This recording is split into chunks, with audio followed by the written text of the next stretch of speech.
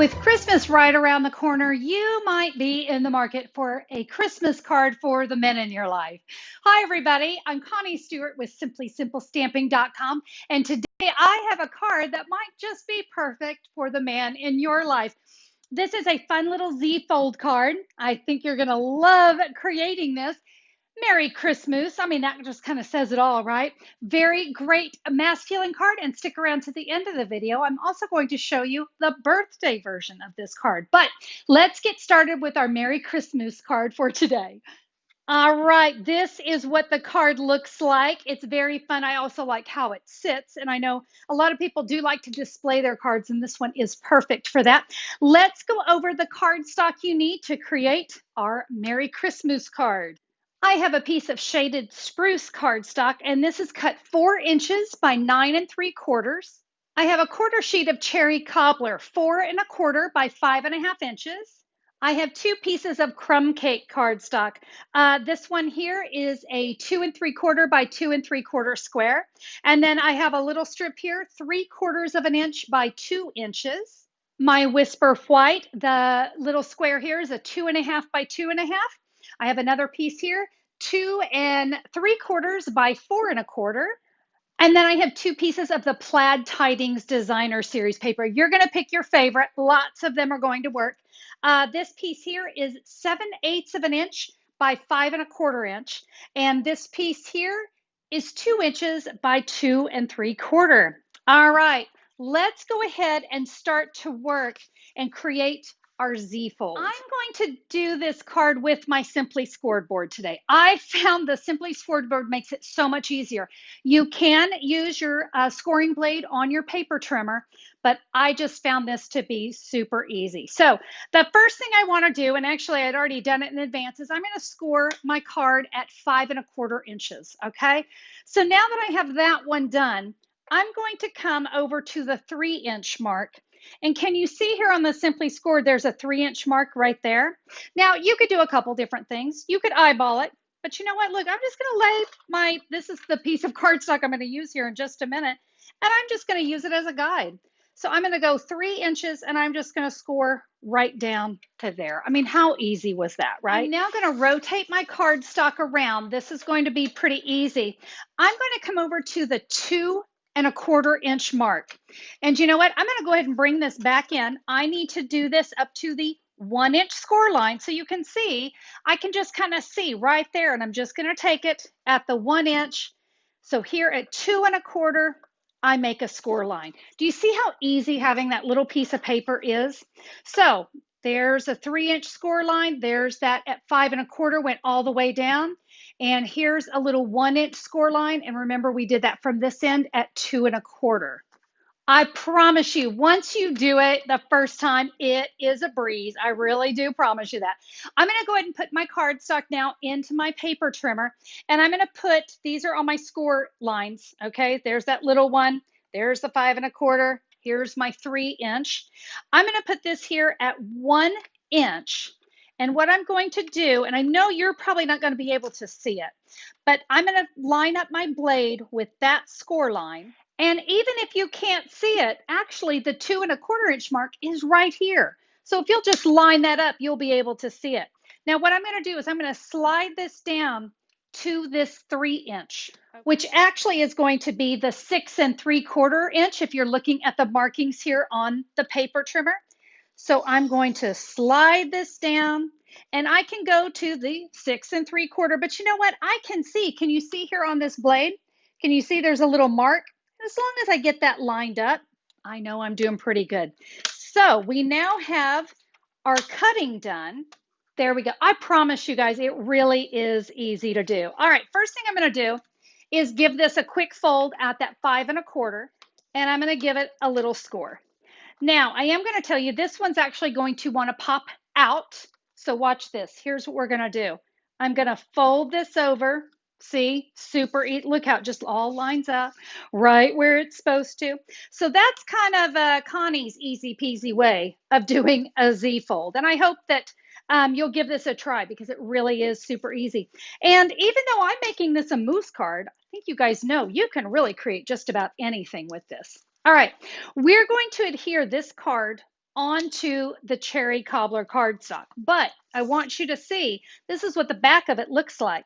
And I only want adhesive on this section here. So don't try to go all the way around because that's the part on our card that's going to open. So we don't want to seal our card shut. All right, I've got some Stamp and Seal on there. I can center this up. Now, because it is kind of got this flap here, take it nice and slow. Make sure you get yourself all lined up. And what I always like to do whenever I'm trying to center up a piece of cardstock is I just lightly tack it down. And that way I can stand back and look at it, make sure everything's good. And when I'm happy with it, which I am, I give it its happy back rub. And now we're ready to go. I'm going to go ahead and adhere my designer series paper. So we're going to take the 2 by 2 3/4, and that's going to go in this panel here. You'll just center that up right there. And now this strip, I'm going to go ahead and add my adhesive. This is actually kind of a tight fit. Remember I said it's 7/8 of an inch? So it kind of fits on here a little bit tighter than maybe you might be used to. So this is going to just barely there's just going to be a little bit of that shaded spruce coming through at the bottom, okay? So we're going to add that right there. So now you can see there's the front of our card, inside of our card. All right, it's time to decorate and do some stamping. So let's bring in our 2 squares of cardstock. Let's go ahead and start. I'm only going to use an early espresso ink pad today. That's the only ink pad I'm going to work on. I'm going to ink up this solid mousse, and we're going to stamp this mousse right here in the center of our crumb cake cardstock. And the reason I want you to go right there in the center is we're going to punch this, and then we're going to use this piece of crumb cake as a layering piece. I love to conserve my cardstock, and I know you guys like that too. And I love to be able to find ways to use those pieces, use what's behind it before I go and layer it. All right, here we go with the fabulous mousse punch. We're going to slide that cardstock in, and we're going to line that up and give our mousse a punch. I guess I just told you a great big fib. I don't know why I said we were just using the one ink pad. I'm sorry, we are going to use the shaded spruce as well. I guess I needed more coffee today. All right, we're going to take this fabulous tree from the shaded spruce, or from the stamp set. Told you I needed more coffee. All right, we're going to stamp that tree over here on the left-hand side. And then what I'm going to do, I'm not going to re-ink my stamp, and I'm going to come off to the right and stamp again. And it's going to give me just a lighter image, really pretty. Now I'm done with the shaded spruce. I told you, it was just that one thing. I just can't keep my head on straight. Now we are going to adhere our trees. And do you see? We cover up Mr. Moose. No one will ever know that we punched him out of there. If you're also someone who loves to save cardstock, you love to punch and die cut and things from behind your stamped images, or from behind your layering pieces, give me a shout out. I'd love to hear from you. I know a lot of you leave me comments how much you like that part of my videos, that I do try to save you money when it comes to your crafting supplies. All right, you can see I'm just going to add that in that little 3-inch square that we have there. Now I'm going to take this little piece of crumb cake, and I'm going to come back in with the early espresso, and we're going to say Merry Christmas. We'll stamp that right in the center. All right, and then our last stamping is going to be on that larger piece of Whisper White. But you know what? Just to play it safe, I'm actually going to adhere this cardstock down before I stamp it. So let's go ahead and bring our card back in. We will adhere that right here on the right side of our card. And our Merry Christmas, well, that's just going to sit right here on top. Just kind of gives it another little place to have the sentiment. All right, now I'm going to do one more thing. I'm going to go ahead and work on my mousse before I finish up that stamping. Now, let me bring in my original, because I want to show you something that I discovered. When I put the mousse, and you see how he's kind of hanging off, he's still a little thin, right? I mean, it is just a piece of cardstock. So when I created the birthday version, this one right here, I decided to make the mousse double. And now look, now he's not so flimsy. So I'll show you how I did that. And this was super easy. You're just going to take another piece of cardstock. It could be crumb cake, it could be espresso, whatever works for you. This really was just a scrap. And now we're just going to adhere these two mousse. Let's just adhere them together. I will tell you my favorite way is with the multi-purpose glue rather than trying to use the stamp and seal. And yeah, there we go. Now he's just got a little more oomph to him. We don't have to worry about being too thin. Now, again, that is totally optional. So you do you, but that's what I'm going to do on mine. Now, we're going to add our mousse right here. And here's my little tip. I just like to line up his antler right with the edge of that cardstock. Why do I do that? Well, because we're going to add him with dimensionals, and I'm going to use both large and small ones. And so the mini needs to go on this set of antlers. And then my large ones will go on the body. But I want to leave his face and that one antler free. I think you'll see why once we adhere this down. So I can line up his hooves right here, line up that antler there. I think now you can see why I said I wanted to wait on my sentiment. I want to make sure I get that in just the right spot. Back in with that early espresso ink pad, and we're going to say it's beginning to look a lot like Christmas. This is the other reason you do that. Once your mousse is down, you have a better idea of knowing where you want to stamp. Okay, so we've got that stamping done. You see exactly where you can write your message. So you're just going to keep it short and sweet. But you know, for your honey, you might like to keep it short and sweet. I'm going to add just a little bit of roughness to this card. And we are going to use the braided linen trim.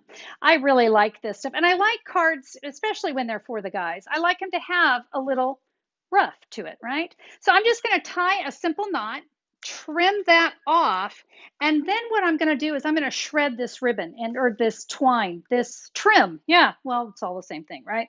All right, I'm just going to start here at the base of the knot and just give it a tug.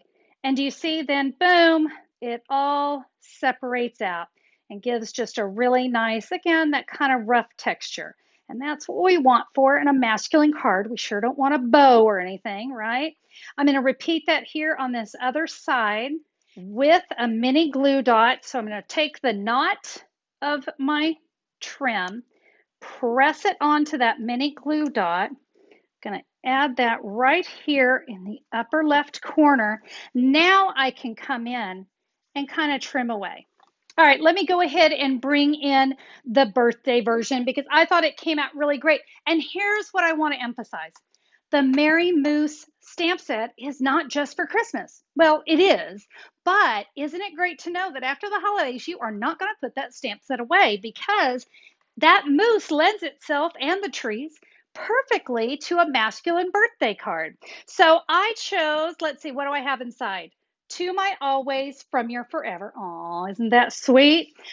It's kind of interesting because my husband has another nickname besides Mr. Awesome, and that is Moose Man. Don't ask me why. It was an old softball thing. But, and I was going to tell you what I did right here. This is what you do when you stamp crooked. Yep, I stamped crooked. So I just stamped on a little scrap piece of Whisper White, layered another little bit of the crumb cake. So I thought that turned out really nice for, you know, when we make a mistake, we cover it up. Now this stamp set that I used here, this is from the Well Said. Guys, this is a double stamp set, 51 stamps, woo! That's a lot of sentiments. I love this one because everything mixes and matches. So you have something for the outside and you can kind of piece them together. And then you have some nice little things for the inside. So this one, To My Always From Your Forever, worked quite nicely. You notice I changed up the designer series paper. It's still from the Plaid Tidings. This one, you notice I used Garden Green as my background and Early Espresso as my Z fold, as my base. But everything else, yeah, I just went with the exact same design. There we go, Z-fold cards. They're not hard, they're not intimidating. I have faith in you, you can do it. I hope that you enjoyed today's card. I found it to be so much fun to make. If you enjoyed it, give me a thumbs up on YouTube. I always appreciate that. And if you haven't subscribed, it's a great day to do that. Click the great big red subscribe button and YouTube will notify you whenever I'm back with a new video. Thank you guys so much for being here. Have a fabulous day. I look forward to stamping with you soon. Bye-bye.